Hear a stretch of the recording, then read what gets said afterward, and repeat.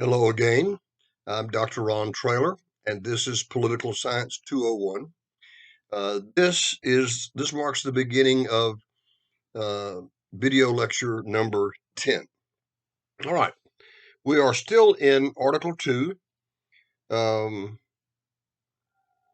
Section 1, and now we're in Paragraph 4. Paragraph 4 says the Congress may determine the times of choosing the presidential electors and the day on which they shall give their votes, which day shall be the same throughout the United States. Now, let me tell you once again, the Electoral College never meets as a large group at any time in any place. The members of the Electoral College cast their votes from the state in which they reside. All right. Congress has the power, has the authority to determine the time of choosing the presidential electors. In other words, on what day will they be chosen? The Congress may determine the time of choosing the electors and the day on which they shall give their votes.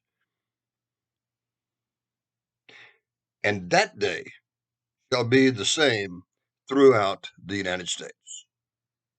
So, as it turned out, today, at least in this presidential cycle, today was the day on which the members of the Electoral College cast their votes, and former U.S. Senator, former Vice President Joe Biden has now been officially elected as the President of the United States.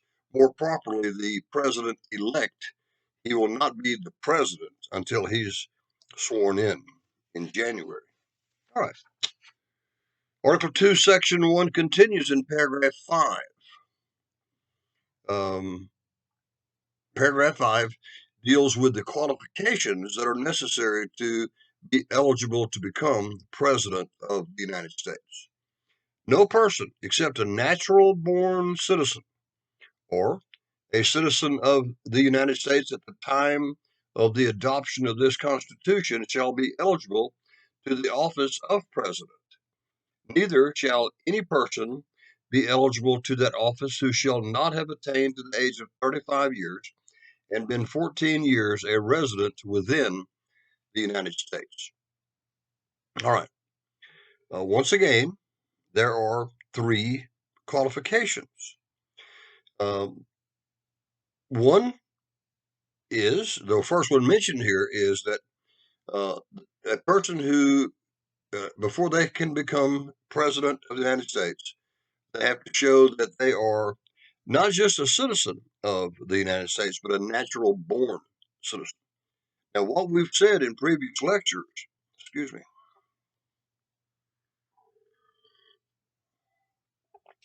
is that in order to be elected to the House of Representatives or even to the U.S. Senate, does not require that you be born in the United States. You can be born in another country. You can come to the United States. You can go through what is referred to as the naturalization process, and you can become a citizen. Uh, the moment that you become a citizen, the clock stops. I'm sorry, the clock starts ticking, and uh, eventually you will qualify with regard as to residency, citizenship. I'm sorry, citizenship. With the president, that's not the same. The president must be born in the United States. He cannot be born in another place. He cannot be born a citizen of another country or the subject in another country, come to the U.S., become naturalized, become a citizen, and then become eligible. He can never be eligible. Now, some of you are wondering, what about children who are the parents? What about the children of parents who are American citizens, who are in other countries when the baby is born. Well, they're U.S. citizens also. It's the same as if they've been born uh, in uh, in the United States.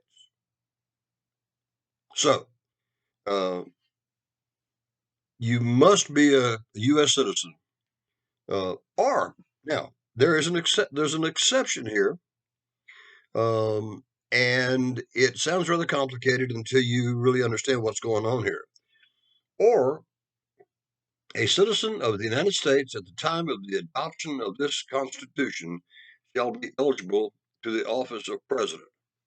All right, let's look back at the election, for example, of 1788. Were any of the men who were considered, I mean, we know that Washington was elected, but were any of the men who were considered for the presidency born in the United States? And the answer is no, not a single one of them. Why? Because the United States didn't exist in 1788. What became the United States existed in 1788. So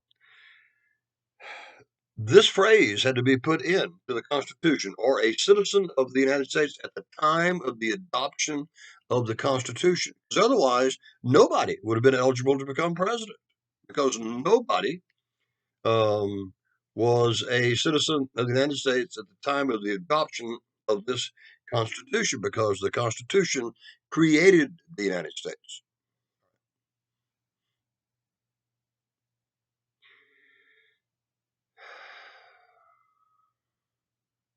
Let me think back.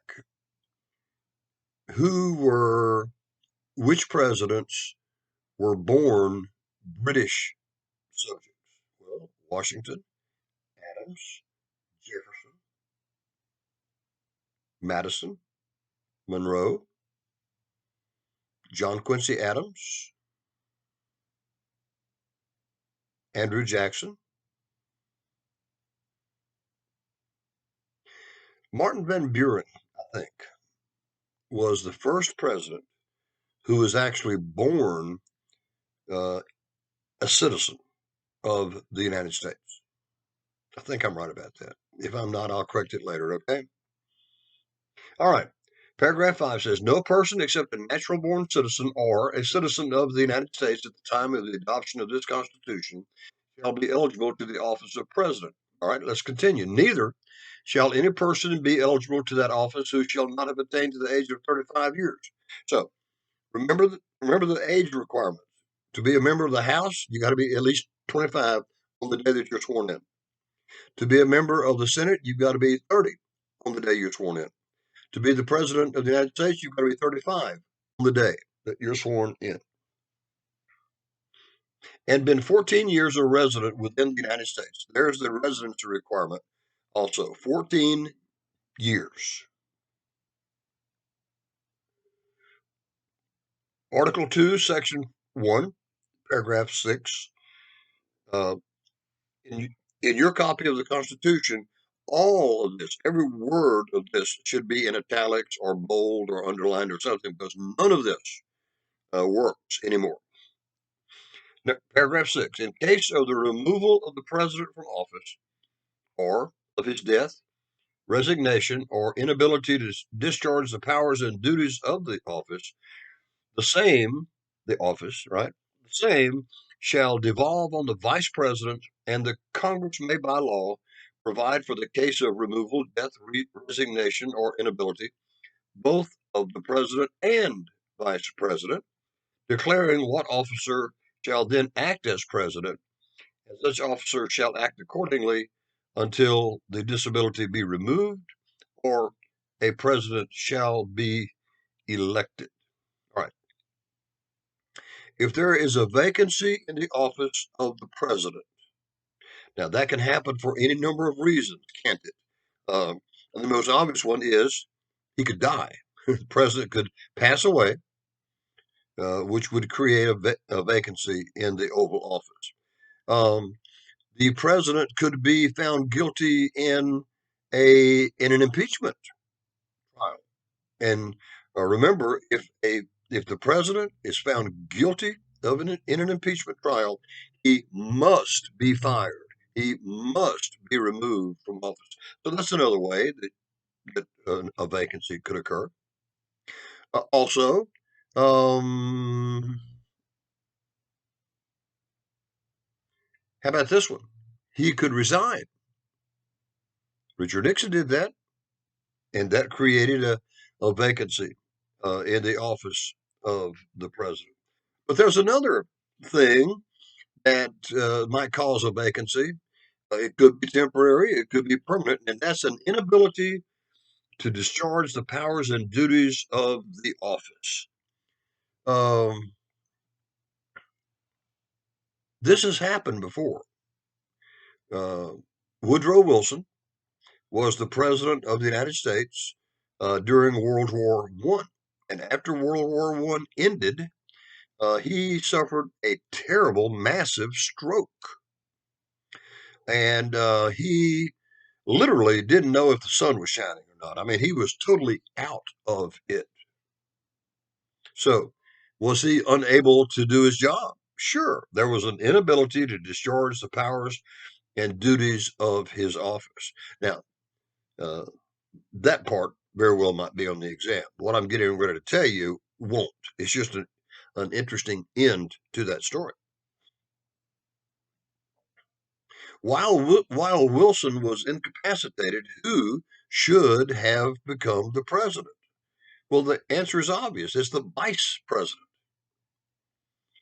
But that didn't happen. Mrs. Wilson, her name was Edith, I think. Edith Wilson knew that her husband was incapable of serving as the president. But what she did, I don't know if it's unconstitutional. I suspect it is.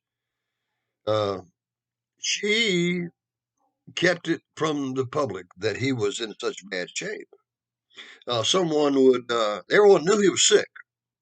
Everyone knew he had suffered a stroke, but no one knew that he was absolutely out of it completely. So somebody would come, a high government official would come to the White House to see the president. And Mrs. Wilson would not let on that the president was out of it. She would simply say, uh, the president is really not feeling well today. Well, of course he wasn't. The president is really not feeling well today. If you'll let me know what you want, when he's feeling a little better, I will tell him what you want and we'll get back to you. Okay? Well, there was no reason the person would not believe that. And so a little time would pass, and then Mrs. Wilson would get back to that person, telling him what she thought the president would say if the president was capable.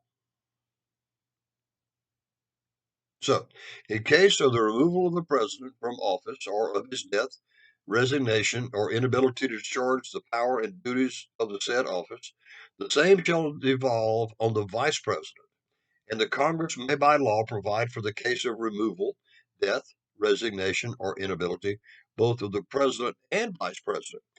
Have you ever wondered why it is very rare for you to see the president and the vice president together in public? Oh, it does happen, but it is really rare. Well, there's a obvious reason. What happens if some maniac kills both of them at the same time? Now, God forbid that should happen. But what if it does? Who will become the president of the United States? Well, the Constitution very clearly says um, that the Congress, let me find it. The Congress may by law provide for the case of removal, death, resignation, or inability, both of the president and vice president, declaring what officer shall then act as president, and such officer shall act accordingly until the disability be removed or a president shall be elected. Congress will decide who will become the acting president. Now, years ago, the Congress decided that that person would be the Speaker of the House of Representatives, and that's the way it is. Uh, that's the way it was for years and years and years. But as I said, This no longer is in effect. We do it somewhat different way. So the Congress will decide, uh, and they will declare what officer shall then act as president. And how long will that guy act as president? Such officer shall act accordingly until the disability be removed. In other words, the president comes out of the coma or whatever his problem is, or a president shall be elected. In other words, the next regularly scheduled election. Now, they won't move the date of the election up just to do this. You've got to wait until the next, whatever the next election was scheduled, that's when you'll choose the new president.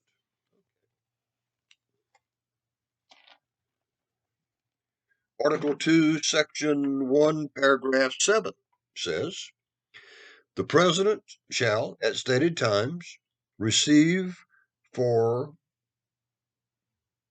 his services a compensation, which shall neither be increased nor diminished during the period for which he shall have been elected, and he shall not receive within that period any other emolument. Remember, that means money. Emolument from the United States or any of them, any of the states. All right. This uh, very clearly indicates that the president is going to get a salary. He is going to be paid for his service, and he'll get it at the stated times. Um, that amount, while he is serving his term, you cannot increase it, or you cannot decrease it. Now, let's play what if. What if the president is elected, sworn into office, and he's making X, right? Whatever X is. And the Congress, while he's still in his first term, the Congress decides to give him a raise. Can he take that raise? Can he receive that raise during his first term? And the answer is no, he cannot. But if he's fortunate enough to be re-elected in the second term, then he can receive the raise that was voted to him during his first term. Now, remember we said that you can only wear one hat, and that's true of the president as well. You can only get paid for one job. And the last clause uh, of this uh, paragraph 7 says, and he, the president, shall not receive within that period any other emolument, any other money from the United States or any of the states. Um, that is why uh, before uh, President Barack Obama became president of the United States, he was a U.S. senator, wasn't he? We've talked about this. Um, but while he was the president, he could not get paid his senator retirement. The only money he could get from the government was his presidential salary. Now, once President Obama uh, left office, then he became eligible for his Senate retirement and, for that matter, his presidential retirement. But not while he was the president. He only got one paycheck, and that was the paycheck that he was entitled to as president of the United States. Section 1, paragraph 8 of Article 2 is the presidential oath of office. And this is an oath that all United States presidents from the very beginning have taken. And it says, before he enter on the execution of his office, he, and probably someday she, right? He shall take the following oath or affirmation. I do solemnly swear or affirm that I will faithfully execute the duties of President of the United States and will, to the best of my ability, preserve, protect, and defend the Constitution of the United States. Now, that sounds like a simple oath, but when you really think about it, that is a huge burden the President of the United States agrees to.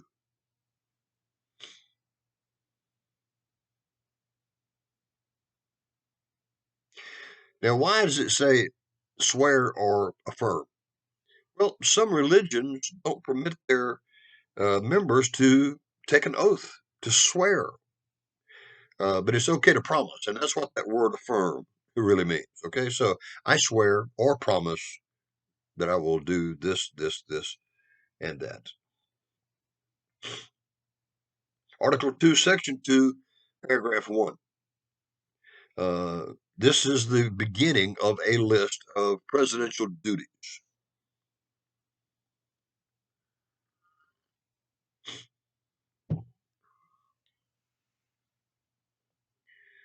The President shall be Commander-in-Chief of the Army and Navy of the United States and of the militia of the several states, the individual states. We know that's what several means in this context. When called into the actual service of the United States. Okay. The President is the Commander-in-Chief of the Army and the Navy, and by extension, he's also the Commander-in-Chief of the Marines and the Air Force and the Space Force, which was created earlier this year. The Commander-in-Chief. And he's also the Commander-in-Chief of the militia, of the state militias, when they are called into active federal service.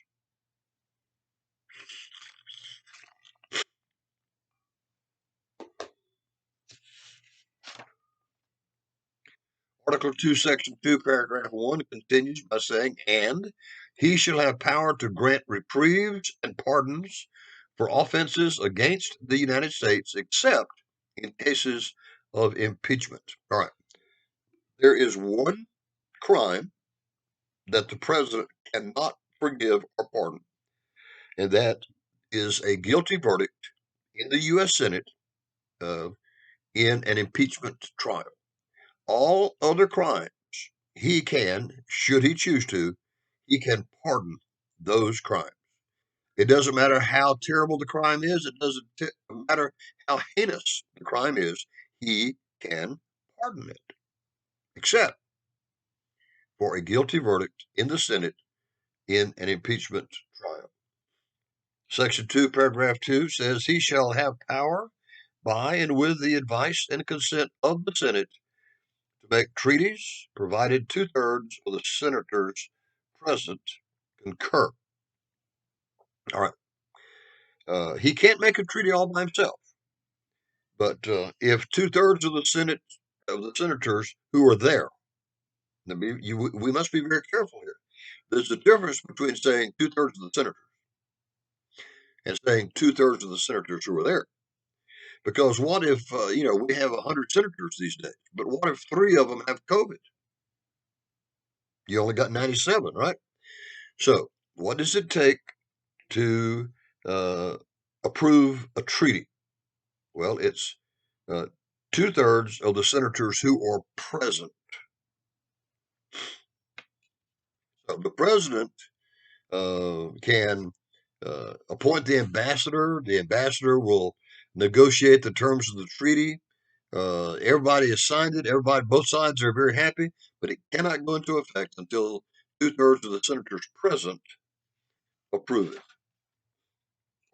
Article 2, Section 2, Paragraph 2, and continues, and he shall nominate, and by and with the advice and consent of the Senate, shall appoint ambassadors, other public ministers and consuls, judges of the Supreme Court, and all other officers of the United States whose appointments are not herein otherwise provided for, and which shall be established by law. But the Congress may by law vest the appointments of such inferior officers as they think proper in the President alone, in the courts of law, or in the heads of department. Once again, it really sounds complicated. It's not. There are certain positions that require a partnership between the President and the Senate. And among those are ambassadors, very important diplomatic position, right? Ambassadors, public ministers. Now, public minister is not a preacher, okay? That's a fancy word for a diplomat. Not quite as high as an ambassador, but nevertheless a very important diplomat, a minister. and consuls. That's also a type of very important diplomat. So, ambassadors, public ministers, and consuls are all nominated by the president, but they don't get the job until the Senate approves the nomination. And all other officers of the United States whose appointments are not herein otherwise provided for, and which shall be established by law. All right. So, what are some other important government positions that require a nomination by the president and a confirmation by the Senate? Well, the first thing that comes to my mind are members of his cabinet. The president nominates them, and the Senate then debates their qualifications, and uh, they usually let the president have his own way on this. But could they say no? Sure, they can.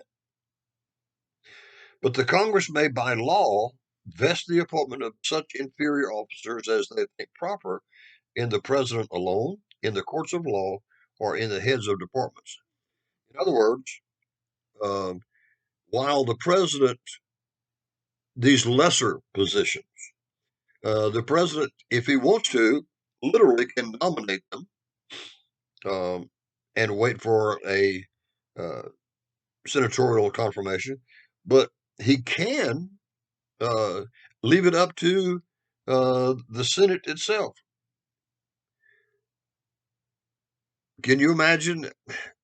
I mean, there are literally millions of U.S. government jobs. What if the president had to nominate each and every one of these people? That's all he would ever have time to do, and he wouldn't even have time to do that.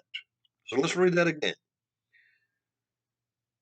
But the Congress may, by law, give the appointment of such inferior officers as they think property to the president, to the courts, or to the heads of the departments. And what a fancy that's a fancy term, heads of departments. That's a fancy term for members of the cabinet. In other words, who hires all these people?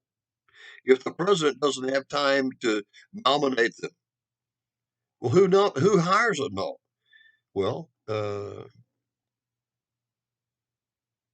bosses of the different parts of the government have the constitutional authority, the constitutional power to hire people that they think are qualified. My son, for example, uh, uh, in the past, he is an environmental attorney. And in the past, he has served his country as the number 3 guy in the entire EPA. Now, did the president actually nominate my son to that position? No, I don't think so.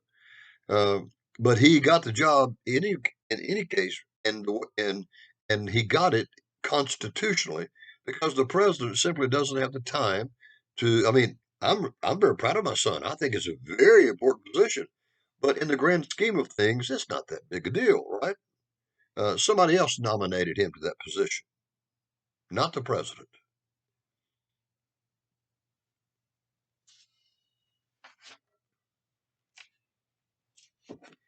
Article 2, Section 2, Paragraph 3.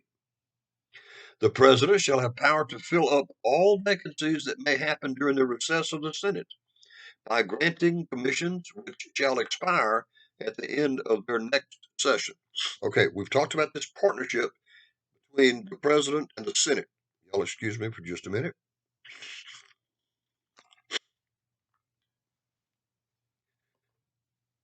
The president nominates, the Senate confirms. Okay, how is this scenario? The president has nominated somebody. The problem is that the Senate is on vacation. There's nobody there to vote. And the president needs that person in that job, whatever that job is. So, what does the Constitution say about that scenario? Well, it says that the president shall have power to fill all vacancies that may happen during the recess of the Senate by granting commissions which shall expire at the end of their next session. So he can make temporary, not only does he nominate, but the person he nominates does the job while the Senate is on vacation. But when they come back from vacation, they have the right to reconsider the president's nomination. And they have two choices. They can either agree with the president and that guy keeps his job, right? Or they disagree and the president has to renominate or has to nominate someone else. Article 2, Section 3 continues by saying, he shall from time to time give to the Congress information of the state of the Union and recommend to their consideration such measures as he shall judge necessary and expedient. Right. This is the creation of the State of the Union speech. Now, these days, the President of the United States gives a state of, by the way, that word State of the Union, that phrase, what does that mean? It means the condition of the Union, right? My grandma used to say, oh, she's so emotional, she just gets into a state, okay? A condition. He shall from time to time give to the Congress information of the State of the Union. Now, if you read that in its entirety, and recommend to their consideration such measures as he shall judge necessary and expedient. It doesn't say how often he is to give this State of the Union address. It simply says he shall from time to time. And so you can make a constitutional argument that the president is only obligated to give one State of the Union address during his 4-year term of office in order to satisfy the terms, the language of Article 2. He shall from time to time. That's all you got to do. Now, what they've done over the years, government has got more complicated. The responsibilities of the president have become more complicated. And now it becomes necessary, really, for the president to speak once a year to bring everybody up to speed on the condition of the Union. Now, the Congress has no obligation to do what the president asks them to do. That last phrase says, and recommend to their consideration such measures as he shall judge necessary and expedient. I mean, the president might say, we need to bump our military budget up 100%. Just because he wants it, does that mean that he's going to get it? No. The Congress might give it to him, but on the other hand, the Congress might not give it to him. The Congress is under no obligation to do the things that the president desires them to do. Article 2, Section 3 continues. He may, on extraordinary occasions, hiccups, convene both houses, in other words, both chambers, the House and the Senate, or either of them, just the House or just the Senate. And in case of disagreement between them with regard to the time of adjournment, he may adjourn them to such time as he shall think proper. Normally, both chambers of the Congress take their vacation at the same time. It just avoids conflict and complication. But if they disagree, if one wants to do it this Friday and the other chamber wants to do it next Friday, the president can step in and tell them what time they're going to adjourn. So let's read that again. He may, on extraordinary occasions, convene both chambers or either of the chambers, and in case of disagreement between them with respect to the time of adjournment, he may adjourn them to such time as he shall think proper.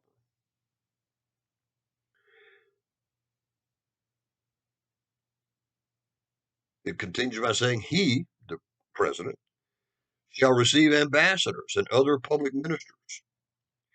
One of the president's jobs he's not only is he the commander in chief, but he's also America's chief diplomat. And that doesn't mean that he goes out and conducts negotiations with Iran or Russia or North Korea, but he sends people to do it for him. He shall receive ambassadors and other public ministers. We've already said that ambassadors are really important diplomats. And so when diplomats at the highest level come to Washington for the first time, uh, it's the president really has no choice. The Constitution says he shall receive them. In other words, there's going to be a ceremony in the Rose Garden, and the band is going to be playing, and they're going to have a photo op. All right, we've all seen it on TV, sure. Section 3 continues, he, the president, shall take care that the laws be faithfully executed. Now, this has the potential to be problematic. I'll give you an example, and it's an obvious example these days. Possession. Now, I don't want to take a position on this, but I'm just using it as an example. The possession and use and selling of marijuana is a federal offense. It is against federal law. Now, this has nothing to do with whether you want it to be legal or illegal. The reality is it's illegal today at the federal level. And the president has an obligation. He shall take care that the laws be faithfully executed. The Constitution doesn't say that he can enforce some of the laws. It simply says that he'll enforce the laws. Well, so what do you do when states like Colorado legitimize the sale of marijuana? The state law says it's okay, but the federal law says it's not. Now, someday, this issue is going to have to be settled. Um, the 10th Amendment to the Constitution. Of course, we haven't got there yet. But let me spoil the story for you and tell you that the 10th Amendment to the Constitution fundamentally says that if a right is not given specifically to a state, then the federal government has that right. And when there's a conflict on the same subject between a state law and a federal law, the federal law always wins. So someday the Supreme Court is going to have to make a decision on laws such as these. And I chose marijuana laws, but there are other examples of states literally breaking federal law, and they go unpunished. So we'll see what happens with that. He has the power to commission all the officers of the United States. We're talking about military officers. Military officers serve at the pleasure of the President of the United States. And on their commission, which is that official piece of paper that says you are now a second lieutenant, right? It is signed by the president. Now, did he actually sign it? Probably not. There's a realistic looking rubber stamp somewhere in Washington. But the point is this, that the president commissions all the officers of the United States. Section 4 says the president, vice president, and all civil officers of the United States shall be removed from office on impeachment for and conviction of treason, bribery, or other high crimes and misdemeanors. I think I told you that whenever the Constitution wants to make a point about a particular issue, they say it twice. And here in Section 4, they're saying it for the second time. What must happen if a person is found guilty in an impeachment trial? They've got to be removed from office. The president, vice president, and all civil officers of the United States shall be removed from office on impeachment for and conviction of treason, bribery, and other high crimes and misdemeanors. The Section 4 here literally is very specific about what are the impeachable offenses. Now, I get sick.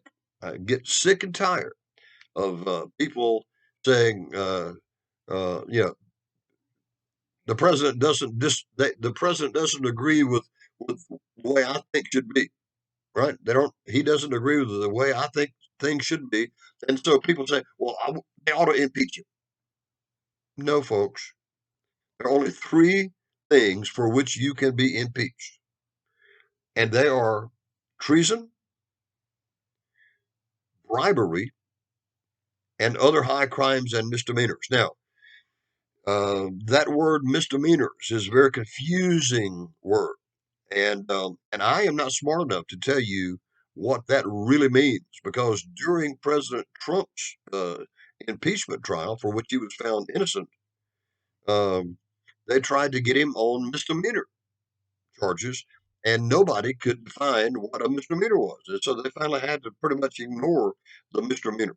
I mean, it could be something really serious, right? Or it could be something as trivial as the way he parts his hair, which I think is really ugly, but that's neither here nor there. Now, it also says it names the president and the vice president, doesn't it? What's this? All civil officers of the United States. If you have a federal job, fundamentally, and you commit treason, bribery, high crimes, or misdemeanors, you can be impeached. Many people think that only the president can be impeached because it's such a high profile event, right? The president. But the reality is that there are bunches of people who can be impeached. The president, the vice president, members of his cabinet, members of the Senate, members of the House, members of all the federal judges. That's a lot of people.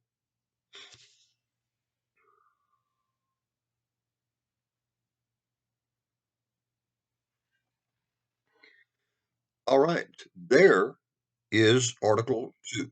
So we are moving quickly toward the end of Article 2 and the beginning of Article 3.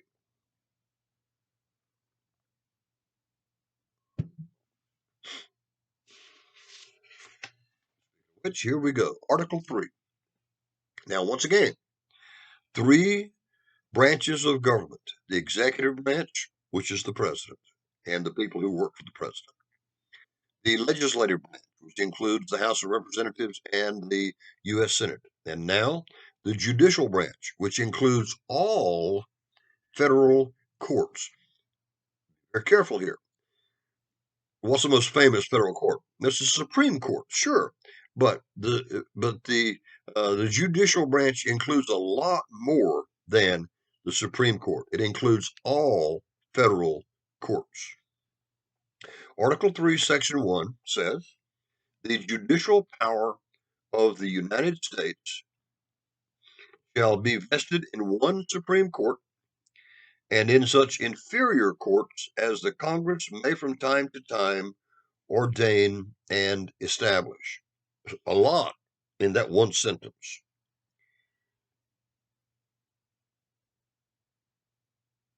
Article 3, Section 1 creates the United States Supreme Court by name, doesn't it? The judicial power of the United States shall be vested in one Supreme Court. But we know that there are other types of federal courts. They're not as high as the Supreme Court. They're lesser courts, what the Constitution itself refers to as the inferior courts. But there are a lot of federal courts. They're not named here. I mean, we have names for them today. uh, federal district courts, federal courts of appeal. Just because they're not named by name, they're not mentioned by name in the Constitution, doesn't make them illegitimate. They are just as legitimate, they are just as constitutional as the U.S. Supreme Court. So let's read that whole thing.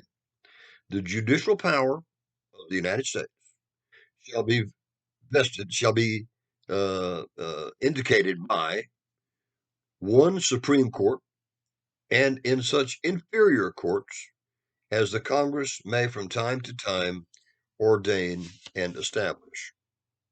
Over the years, the Congress has, as the nation has grown, the Congress has created more of federal district courts, and they have created more federal courts of appeal. I mean, of course, it makes sense uh, because if they had remained such a small group as they were in 1788, those guys and women would just be overwhelmed by a terrible caseload. Section 1. The judges, both of the Supreme and inferior courts, shall hold their offices during good behavior.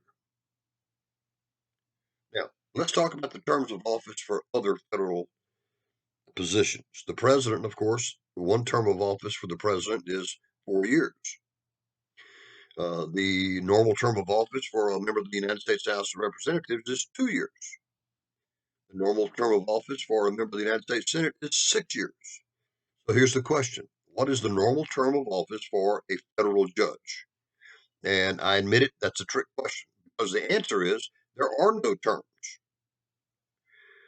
As long as we would say in modern language, as long as a federal judge, including uh, justices on the Supreme Court, as long as they keep their nose clean, they serve for life. That's what that phrase "during good behavior" means.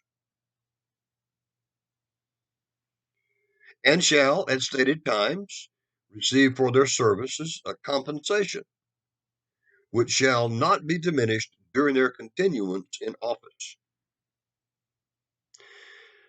Okay, so they got a lifetime job. Uh, and some of these guys, they serve 20, 30, 40 years. Um, the salary that they were receiving when they became a federal judge after all those years is probably inadequate for them. And so federal judges can get pay raises. You cannot cut their pay. And think about that for a moment. Why is it unconstitutional to cut a federal judge's pay? Well, it keeps them from being threatened by members of the Congress. Remember that the Congress has the power of the purse. We should never forget that. But with regard to federal judges, they can give those judges raises, but they can't cut their pay. Member of Congress cannot go to a federal judge and say, Judge, a bill is going to be a law. A law is working its way through the courts to determine if it's unconstitutional or constitutional. And Judge, I'm telling you right now that if you vote against that bill, we're going to cut your pay. So you can't use the threat of a pay cut to intimidate a federal judge. It's not just illegal; it's unconstitutional. So they will get periodic raises with no pay cuts. Now, Article 3, Section 2 talks about the jurisdiction of federal courts. Now, please remember that federal courts include the Supreme Court, but they are not limited to the Supreme Court. District courts, courts of appeal, Supreme Court. All of these are federal courts, and all of them follow under Article 3, Section 2, the jurisdiction of federal courts.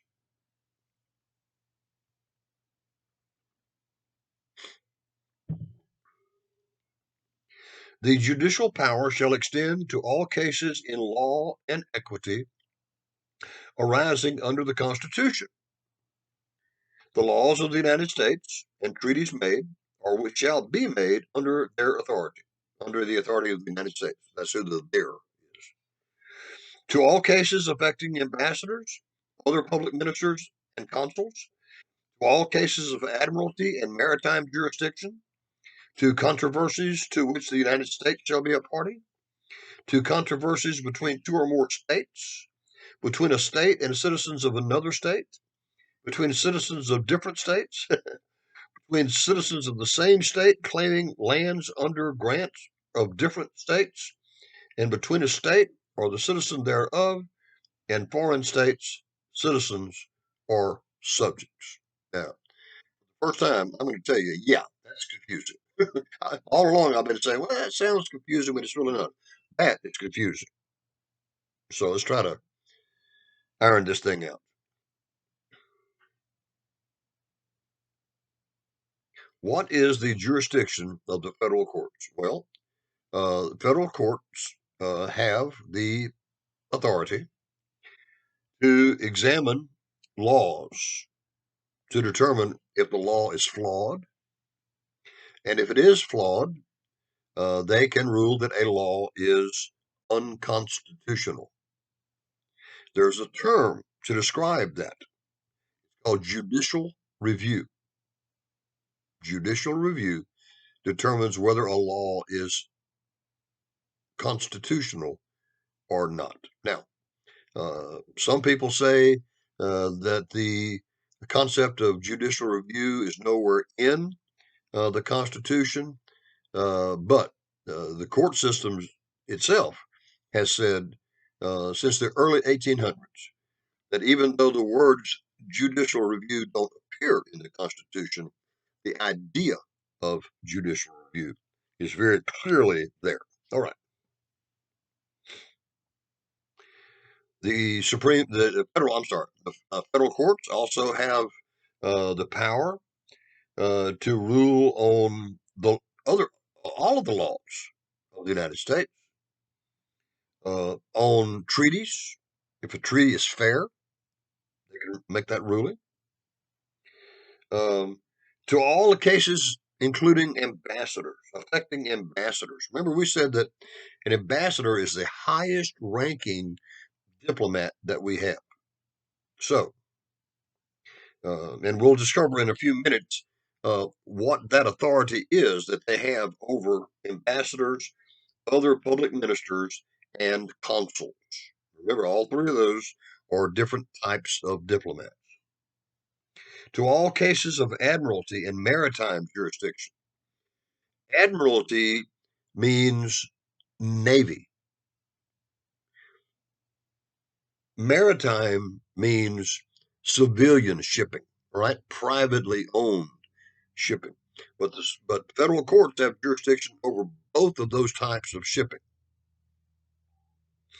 To controversies to which the United States shall be a party.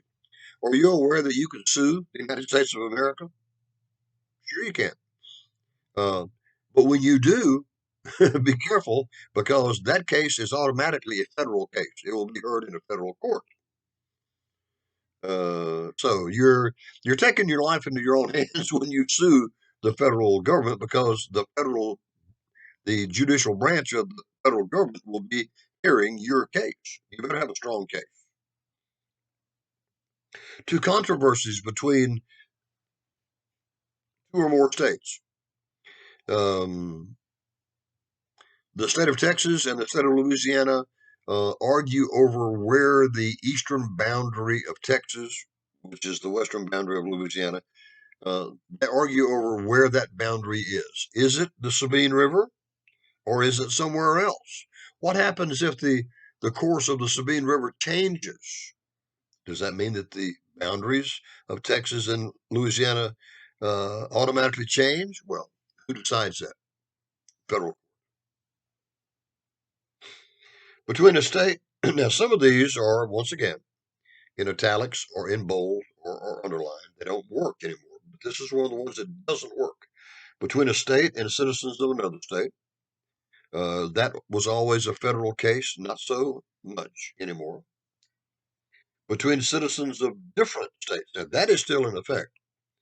If I'm a citizen of Louisiana and I can sue a citizen of Texas, and when I do that, it automatically becomes a federal case. It'll be heard in a federal court. Between citizens of the same state claiming lands under grants of different states. Now, that is on the way to not working either anymore. And between a state or the citizens thereof and foreign states, citizens and subjects. When the Constitution was written in 1787, there was no such thing as the World Court. There was no such thing as the United Nations. But we've got things like that now. And generally, if if it's a lawsuit between um, a state and the citizen of another state of another country, then those cases generally will be heard in these uh, sort of worldwide courts.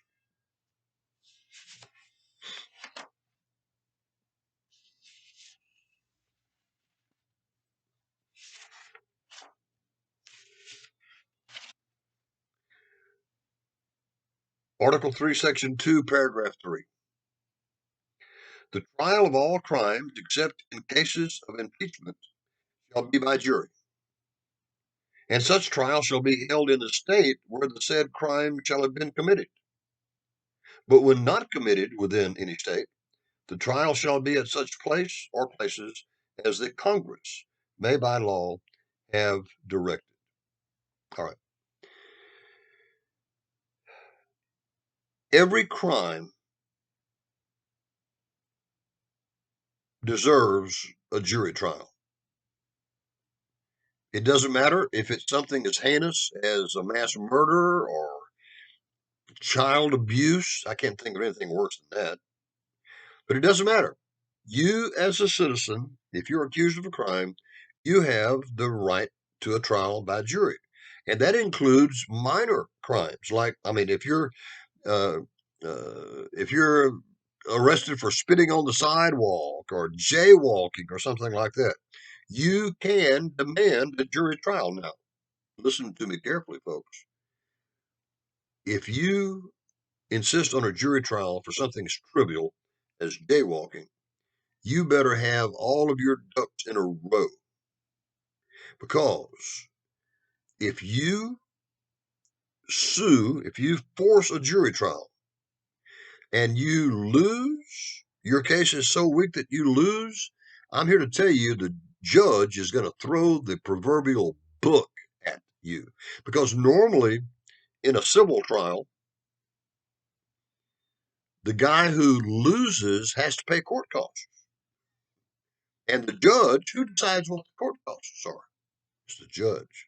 So, yes, theoretically, you have the right to a trial by jury for just about anything. But be careful. Now, there's one exception to all this, and that's the result of an impeachment trial. The trial of all crimes, except in cases of impeachment, shall be by jury.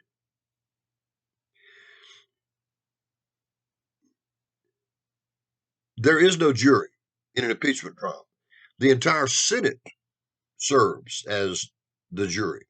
So I guess really, if you really want to be picky about it, even impeachment trials have juries. It's just a 100-man jury and not a 12-man jury. But you see the difference here.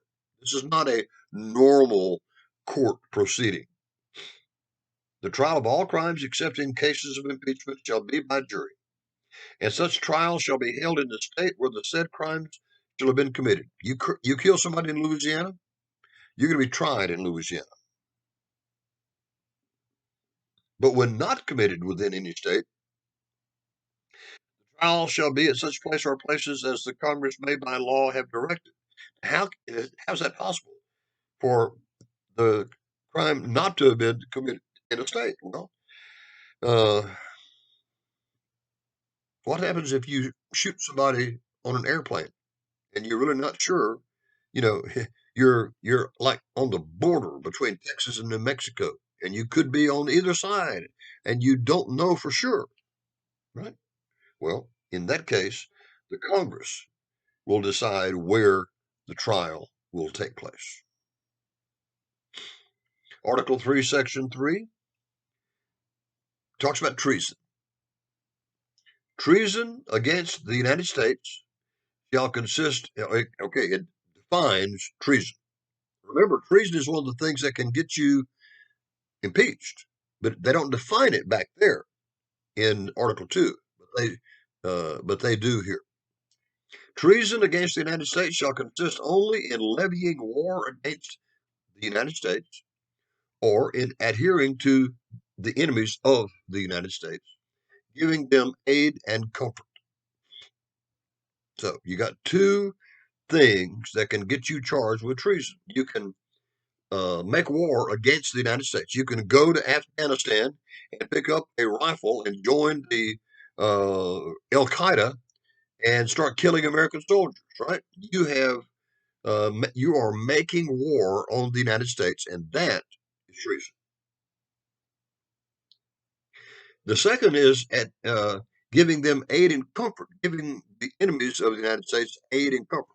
So, similar circumstances here. You don't go to Afghanistan, but what you do, you send $50,000 to Afghanistan, addressed Dear Al Qaeda, right? Please take this money and buy weapons and kill as many American soldiers as you possibly can. You didn't actually do the killing, did you? But you caused the killing to take place. You offered what the Constitution referred as you gave aid and comfort to the enemy. Both of those things are treason. Now, what does it take to be convicted of treason?